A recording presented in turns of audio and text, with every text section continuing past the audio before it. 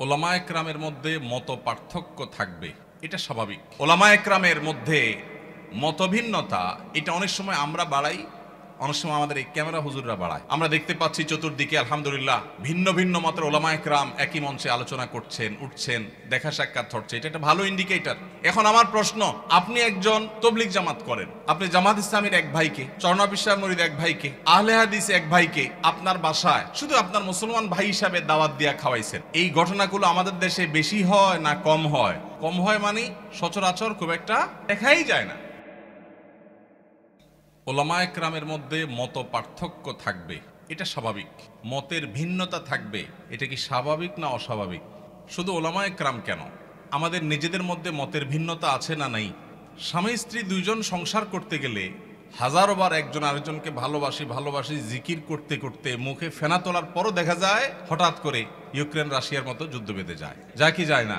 তো যারে সারাদিন ভালোবাসি ভালোবাসি যে পরিমাণ জিকির করতেছেন আর জিকির তুলতেছেন, তার সাথেও যদি আপনার বেঁধে যায়, তাহলে বোঝা গেল যত জন তত মত। মানুষের দৃষ্টিভঙ্গি, মানুষের বুঝার বেশ কম থাকে, এটা থাকবে, কিয়ামত পর্যন্ত থাকবে। সব আলেমরা সব বিষয় একমত হয়ে যাবেন, এটা কিয়ামত পর্যন্ত কখনো সম্ভব না। তাহলে মতের ভিন্নতা, ইখতিলাফ, মতের বৈচিত্র্য, এটা কখনো দোষের হতে, দোষের কোনটা ভাই? দোষের হলো এই যে কাদা ছোড়াছড়ি বলতে যেটা বুঝিয়েছেন আপনি সেটা, অর্থাৎ মতভিন্নতাটা যদি মতবিরোধে চলে যায়, শত্রুতায় চলে যায়, যেখানে ইসলামের শত্রুদের সাথে লড়াই করা দরকার সেই লড়াই যদি নিজেদের মধ্যে করে, যেই শক্তি আল্লাহ এবং তার রাসূলের দুশমন মুসলমানদের দুশমনদের বিরুদ্ধে ক্ষয় করা দরকার, সেই শক্তি যদি নিজেদের বিরুদ্ধে ক্ষয় করে, সেটা হলো নিন্দনীয়, সেটা হলো নিকৃষ্ট কাজ, সেটা হলো খারাপ কাজ। আল্লাহ তাআলা আমাদেরকে সেই খারাপ কাজ থেকে বেঁচে থাকার তৌফিক দান করুন। ভাইরা আমার, এই দেশ সেই দেশ যে দেশ ওয়াজ মাহফিলের আওয়াজে মুখরিত হয়। এই মাটি সেই মাটি যে মাটিতে কনকনে শীতের মধ্যে প্যান্ডেলের বাইরেও অগণিত মানুষ ঘন্টাকে ঘন্টা দাঁড়িয়ে নিজের পকেটের টাকা খরচ করে এসে মাহফিল শোনেন। লক্ষ্মীপুর থেকে মাহফিল, এই মাহফিলে এসেছেন, দেখা করেছেন আমার সাথে। চাঁদপুর থেকে এসেছেন, আমার সাথে দেখা করেছেন। আরও হয়তো অনেকে অজানা আমার ভাইয়েরা দূর দূরান্ত থেকে এসেছেন। আপনাদেরকে কি এই ঢুলিপড়া ঐক্য পরিষদের ভাইয়েরা সবাইকে পদ ভাড়া দিছে? বিরিয়ানির প্যাকেট ট্যাকেট আছে আজকে? সেটাও নাই। নিজের খরচে নিজের গরজে ওয়াজ মাহফিলগুলোতে যে স্বতঃস্ফূর্ত অংশগ্রহণ হয়, বাংলাদেশে কোনো সমাবেশে এই রকম স্বতঃস্ফূর্ততার কোনো দৃষ্টান্ত কেউ দেখাতে পারবে না। সেই দেশে সেই মাটিতে আমরা মুসলমানরা সামান্য কিছু বিদেশিদের দালাল, তাদের এজেন্ডা এই দেশের মাটিতে এদেশের মানুষের খেয়ে যারা বাস্তবায়ন করে, তাদের কাছে আমরা অনেকটা গোলামির জিঞ্জিরে আবদ্ধ হওয়ার মতো আবদ্ধ হয়ে আছি আজ 50টা বছর। 50 বছর বললে ভুল হবে, সে ব্রিটিশ আমল থেকে শুরু হয়েছে। দ্বীন এবং ইসলামকে কোণঠাসা করে একঘরে রাখার এক অপরচেষ্টা, নীল নকশা এদেশে প্রতিনিয়ত বাস্তবায়ন করা হয়। এদেশের শিক্ষাক্রমে, পাঠ্যপুস্তকে এদেশের আপামর সাধারণ ধর্মপ্রাণ মানুষের চিন্তাধারার প্রকাশ আপনি সচরাচর দেখতে খুব কম পাবেন না।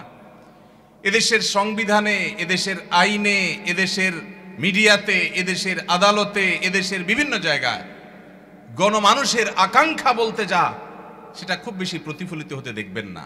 দেখবেন যে সব এজেন্ডা বাস্তবায়ন, বিভিন্ন জিনিস পুশ করানোর চেষ্টা, এত এত শয়তানি চক্রান্ত যেই মাটিতে চলে, সেই মাটিতে ইসলামপন্থীরা পরস্পর কাদা ছড়াছড়ি করবে, এর চাইতে নির্লজ্জতা, এর চাইতে দুঃখজনক ঘটনা মুসলমান জাতির জন্য আর কি হতে পারে? আল্লাহ তাআলা আমাদেরকে ভিন্ন ভিন্ন মত থাকা সত্ত্বেও পরস্পরের সাথে সৌহার্দ্যপূর্ণ সম্পর্ক বজায় রেখে, ভিন্ন ভিন্ন চিন্তা থাকা সত্ত্বেও কাঁধে কাঁধ মিলিয়ে, হাতে হাত মিলিয়ে যার যার আল্লাহ এবং তার রাসূলের পথে আহ্বানের মিশনকে আল্লাহ তাআলা সাকসেস করার তৌফিক দান করুন। ভাইরা আমার, সাপ যখন এসে যায়, যার হাতে যা থাকে সে তা নিয়ে ঝাঁপিয়ে পড়ে। কিভাবে সাপের ক্ষতি থেকে বাঁচা যায়, ঠিক না ঠিক? আমাদেরও উচিত, আমরা যে যেই মতের হই, যে যেই পথের হই, আমাদের কমন শত্রু, আপনার শত্রু, আমার শত্রু, ওনার শত্রু, সবার শত্রু যারা যারা আমাদের শত্রু হওয়ার ব্যাপারে কোনো ভিন্ন মত নাই, তাদেরকে আপনি আপনার মতো, আমি আমার মতো, উনি ওনার মতো, তাদেরকে দমনের পিছনে লেগে যাই। আমাদের নিজেদের পেছনে ছিদ্র খোঁজার কাজটা আল্লাহর ওয়াস্তে বন্ধ করে দিই। আমরা যারা সাধারণ মানুষ আছি, আমরা পাড়া মহল্লা থেকে ভিন্ন মতের, ভিন্ন দলের, ভিন্ন চিন্তার মুসলমান ভাইয়ের সাথে কাঁধে কাঁধ মিলিয়ে চলা শিখবো তো ইনশাআল্লাহ। মনে রাখবেন, মতের ভিন্নতা আছে, থাকবে। মতের ভিন্নতা থাকে যদি 10টা বিষয় নিয়ে, মতৈক্য আছে 100 বিষয় নিয়ে। ঠিক না ঠিক? শুধু নামাজের কথাই যদি বলেন, নামাজের কয়টা মাসআলা নিয়ে আমাদের সমাজে মত ভিন্নতা আছে? এর বিপরীতে মতৈক্যের বিষয় পাবেন আপনি অগণিত। মৌলিক আকীদা ঈমানের বিষয় যদি বলেন, আমাদের আল্লাহ এক। মুসলমানদের মধ্যে মতপার্থক্য আছে। অনেকে শুধু মত পার্থক্য দেখে সকাল বিকাল, সারাদিন শুধু দেখে যে হুজুরদের এত মত পার্থক্য। আমি কত মত পার্থক্য? কি দেখেন আপনি এত? আমি তো দেখি না। নামাজ 5 ওয়াক্ত, এটা ইসলামের কি মেইন গুরুত্বপূর্ণ বিষয় না খুচরা বিষয়? সবচেয়ে গুরুত্বপূর্ণ বিষয়, তাই না? 5 ওয়াক্ত নামাজ 6 ওয়াক্ত না 4 ওয়াক্ত না, এই ব্যাপারে কোনো আলেমের, কোনো হুজুরের কোনো ভিন্নমত আছে? তাহলে আমাদের আল্লাহ এক, এটা নিয়ে কোনো ভিন্নমত নাই। আমাদের নামাজ 5 ওয়াক্ত, এটা নিয়ে কোনো ভিন্নমত নাই। ইসলামের রোকন 5টা, ভিন্নমত নাই। আমাদের হজ করতে হবে বাইতুল্লাহ গিয়া, অন্য কোথাও না, ভিন্নমত নাই। রমজান মাসে রোজা রাখতে হবে, ভিন্নমত নাই। বাবা মার সদাচরণ করতে হবে, ভিন্নমত নাই। আমাদের রাসূল এক, সেটা নিয়েও ভিন্নমত নাই। আমাদের মৌলিক যত জায়গা আছে, মেইন যত জায়গা আছে, তার সবগুলোতে আপনি দেখবেন কোনো ভিন্নমত নাই। শাখাগত বিষয়ে ভিন্নমত তো স্বামী স্ত্রীর মধ্যেও হয়, ভাই ভাইও হয়, বাপ ছেলেও হয়, পার্টনারেও হয়। তাহলে এই বিষয়ে আমাদের ভিন্নমত থাকবে, এটাই স্বাভাবিক।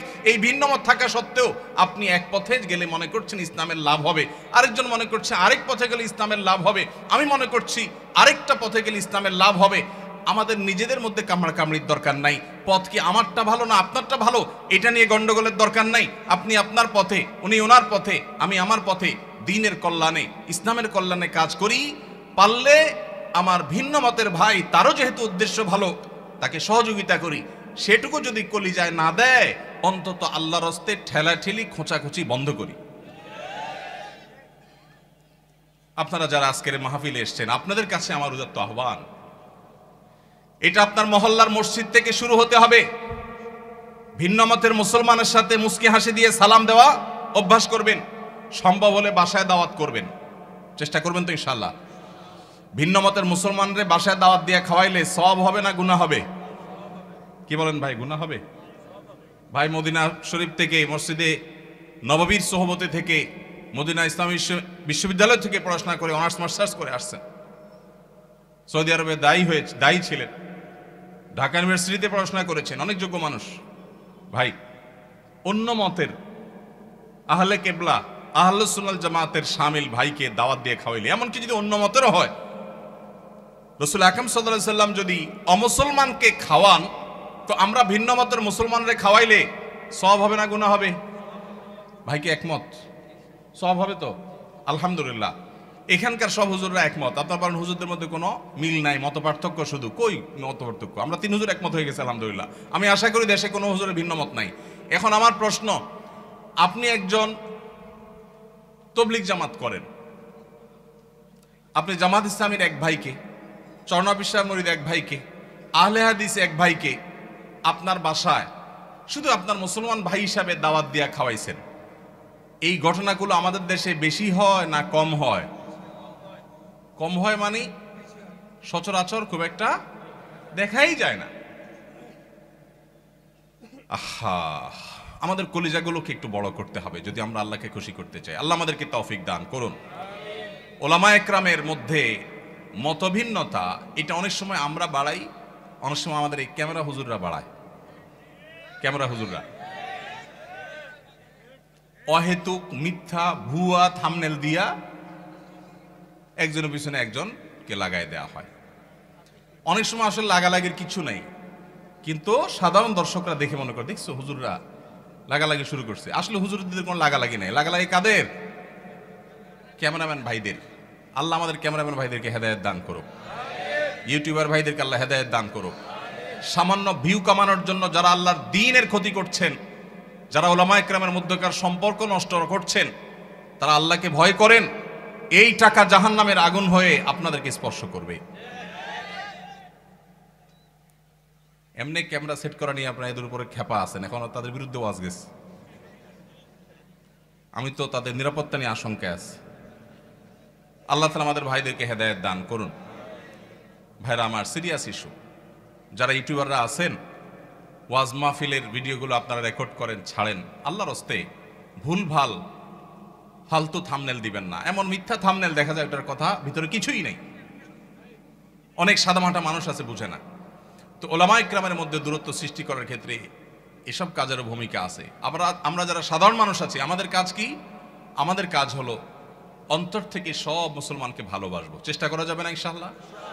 আমি আমার কাজ করব, ভালোবাসবো সবাইকে। কাজ আমি যেটাকে সঠিক মনে করছি সেটাই করব, কিন্তু আমার ভালোবাসা হবে সব মুসলমানকে। ঠিক আছে না ইনশাআল্লাহ? সব আহলে কিবলাকে, সব আহলে সুন্নাহ ওয়াল জামাতকে। আল্লাহ তাআলা আমাদের সবার দিলগুলোকে বড় করার তৌফিক নসিব করুন। আলহামদুলিল্লাহ, উলামায়ে কেরাম যুগের চ্যালেঞ্জ উপলব্ধি করতে সক্ষম হচ্ছেন। আমরা দেখতে পাচ্ছি চতুর্দিকে আলহামদুলিল্লাহ ভিন্ন ভিন্ন মতের উলামায়ে কেরাম একই মঞ্চে আলোচনা করছেন, উঠছেন, দেখা সাক্ষাৎ হচ্ছে। এটা একটা ভালো ইন্ডিকেটর, এটা ভালো আলামত। আমরাও মহল্লা মহল্লায় চর্চা শুরু করব। আমি যেটা বলেছিলাম, ভিন্ন মতের ভাইকে দাওয়াত দিয়ে খাওয়াবেন, তার বাসায় যাবেন, তার প্রতি সহমর্মী হবেন, তার জন্য দোয়া করবেন, তার ছেলেমেয়ের জন্য দোয়া করবেন। এর মাধ্যমে নিজেদের মধ্যে সম্প্রীতি এবং সৌহার্দ্য বাড়বে। আল্লাহ আমাদেরকে তৌফিক দান করুন।